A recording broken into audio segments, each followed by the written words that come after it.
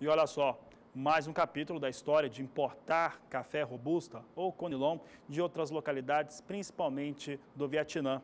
O setor do Ministério das Relações Exteriores, que é responsável pelo fator de tributação para a entrada desse café, já trouxe até uma alíquota para a importação de café robusta de outros países. Essa alíquota é uma tributação que reduz de 10% para 2% para a entrada desse café aqui no Brasil. A medida deve valer entre fevereiro e maio deste ano, com uma situação de até 1 milhão de sacas ou 250 mil sacas por mês. Vamos ver esses dados então aqui na tela, uma vez que mostra o que vem acontecendo em relação à importação de café, uma solicitação do Ministério da Agricultura. Então ali nós temos até uma pergunta para o produtor rural que está se perguntando, quem foi que liberou isso?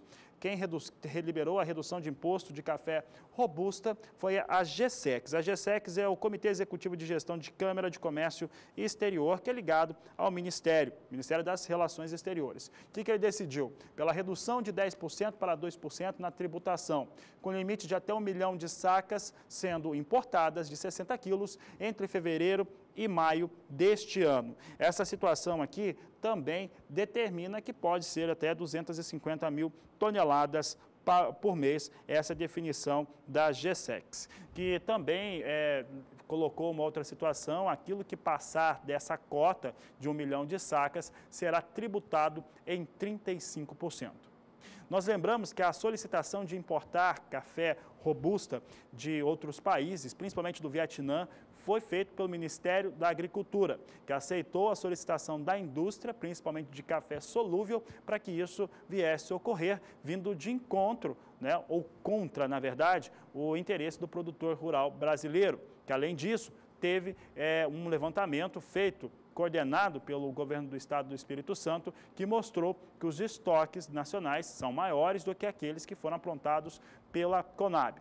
Agora, falta a chamada mitigação para o risco fitossanitário para a entrada de café do Vietnã, para que isso ocorra. Vamos a esses dados. Observe aqui que a mitigação de risco de importação de café robusta do Vietnã é o maior produtor do mundo, o maior exportador também, provavelmente é de lá que vem esse café se entrar aqui no país. A execução dessa mitigação é feita pelo Ministério da Agricultura e o objetivo é afirmar que não há risco fitossanitário para a produção, para importação de café aqui para a situação da produção brasileira do café.